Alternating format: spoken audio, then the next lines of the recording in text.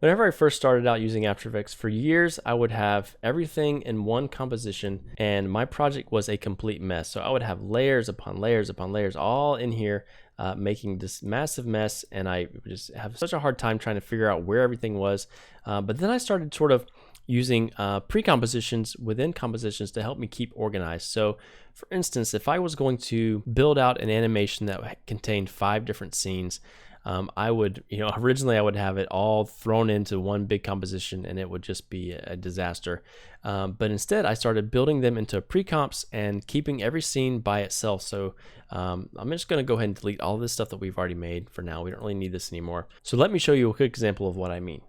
So here's a project that I'm right in the middle of, and you can see that there's not a whole lot going on here, but before I would have everything inside of this one composition. But I learned that if I break these up into what we call pre-comps, then it keeps it much more organized. So each one of these is a different scene, and so the camera is cutting to a different scene at a certain point. But within these pre-comps is all the different layers. So if I go into here, you can see that I have a bunch of other layers and of things, things going on happening here. And that way I can easily isolate what the problem is, or things I need to adjust by just going into my main composition. So I would have this full working composition here and have all of my scenes built in, so I can easily keep it organized and quickly access the sections that I want to adjust. So let's go back and talk about how to build that. Okay, so for the remainder of this course, we're just going to do I'm going to assume you're going to make some sort of announcement video or some basic text slide in and out sort of thing. So I'm going to first build out my first scene. So the way I want to do that is make a new composition, just like we did originally up here, but you can make your own by clicking on this button right down here where it says new composition. So we can call this, scene 1. This is again the same window that we got from the very beginning, so we'll call it scene 1. I'll hit OK, and now I have a brand new composition. So anything that I had made in my project is still there. This is just another scene. So I'm going to move through this a little bit quicker now that we understand how to add layers and how to create some text, and then we can start talking about how to move these from scene to scene. So the first thing I may want to do is add a color to it. So I could go to Layer, New, and Solid, and we will just do some sort of basic color down here, and we hit OK. So now we have this color right there. Personally, I don't really like this. Let's add an effect to it. So I'm going to go up to Effect, and we'll go to Generate, and we'll do a ramp. And again, I don't expect you to know where everything is, but that just takes some time playing with to get it just right. You can also, if you're not really sure, you can use that effects layer, effects panel over here. So you can go to Window, and let's see, you can do Effects and Presets, and it's going to give you this over here. So I could type in, gradient. And that may help you find it a little bit easier. So we have, gradient ramp is what we want. So you could just click and drag that over here. Okay, so we can do some fun colors. Let's throw in some random colors here.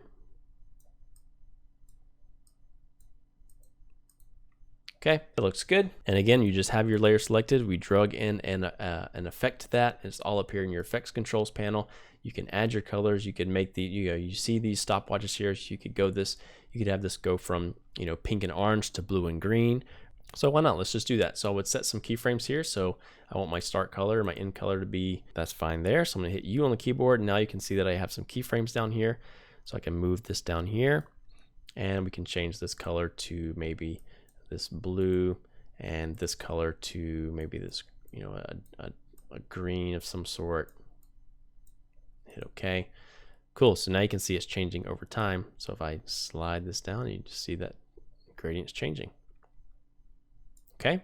So the next thing I might want to do is maybe add some text. So I can hit Command T for my text tool. I can just click and draw a box here, and this could be, these are my announcements for this project. This is just a test. Okay, so there we go. That looks horrendous. So let's just do a Command A to highlight all of that text, and we will bump our size down. That's obviously a bit too spaced out. So again, we'll adjust that kerning, something like that. Our text is running into each other, so we can adjust that vertical spacing there. And then now that we have this text box, we can just take this entire thing and we can move it down, or we can double click on our text, and now you have this text box. You can take your cursor right to the outside of that box and click and drag it down so that your text box is sort of in this section here.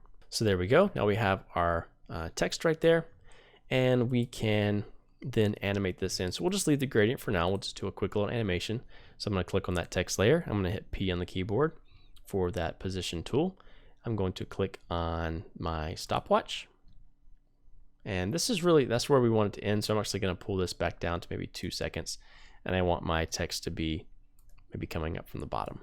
Okay, so then we can watch that back.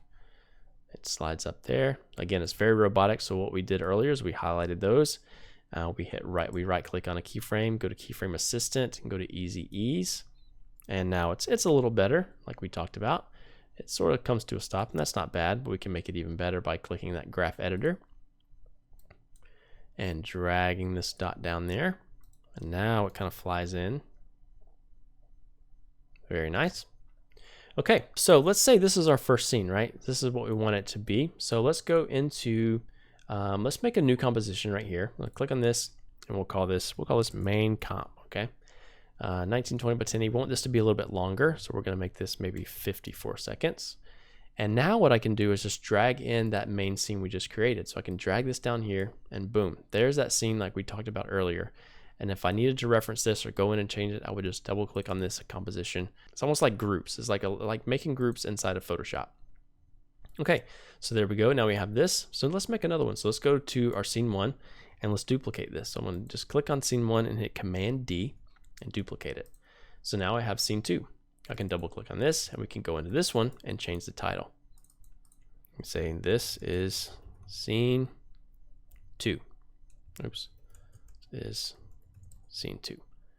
Okay, so again, we won't go through too much of this as far as adding keyframes, but if you wanted to do a fade in, you could adjust the opacity, you could add some effects to it like we talked about earlier with some of these blurs or something like that. Or what we could do is we could maybe add a video to this. So let's go import a video. So I'm going to go over to my project panel, click over here and do Control I, and again, these are all things that we've already covered.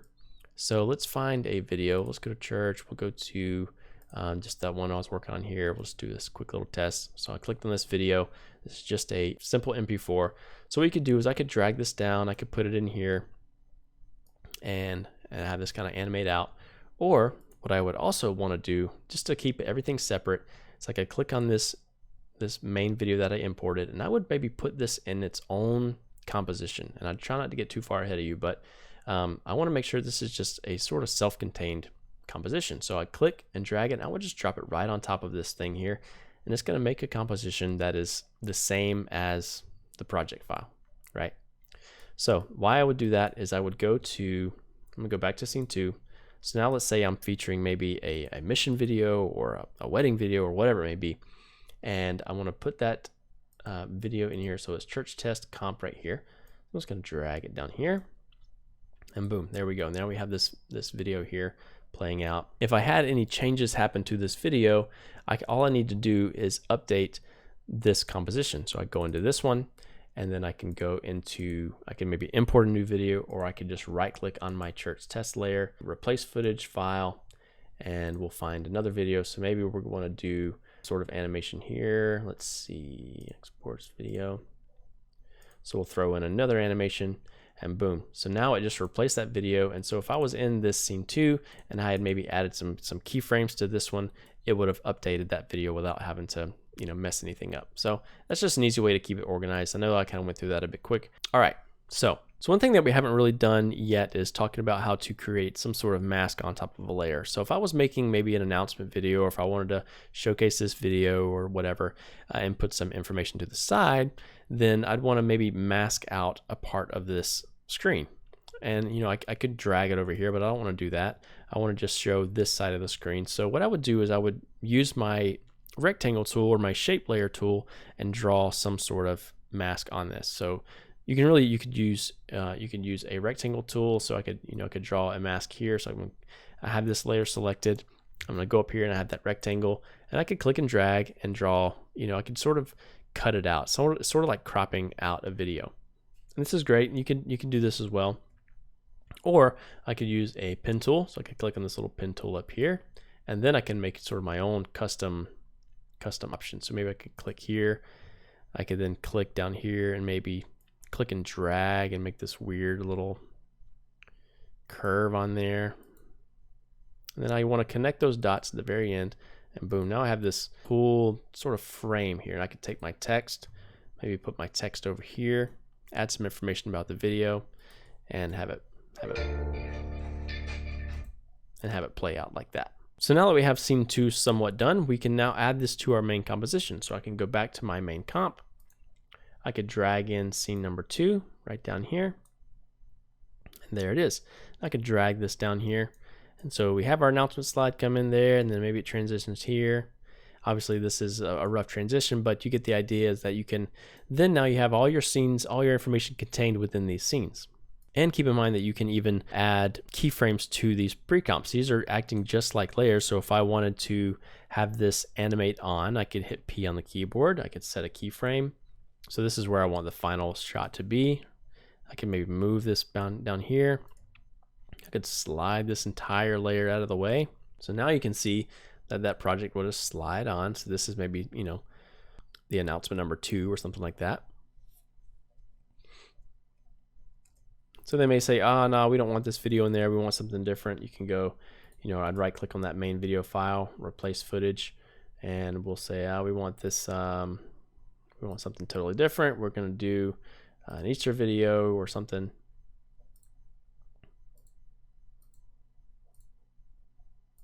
And we'll just throw that in there. Boom, and it replaces it, right? And I could go into that main video layer and I could slide this down to where there's something sort of interesting going on, right? And now it's all happening right there. Maybe I do want it to be a little bit over to the left, so I can go into that scene 2. I could click on my church test layer and just slide that over. Obviously it's going to move the mask with it, but we can easily move our mask. We can double click on this little pink line there, and it creates this bounding box. And I can just slide that mask over right there. Okay, so hopefully this has covered just the very basics to get your feet wet. Obviously there's so many more things you can do inside of After Effects, but this was just a, you know, how do you add text, how do you add colors, and how do you add effects and things like that. So we're gonna wrap this video up here, and now in the next video we're gonna cover just a few more little things, and also how to actually export a project from After Effects and use it somewhere else. So thanks again for watching this, and we will wrap it up in the next video.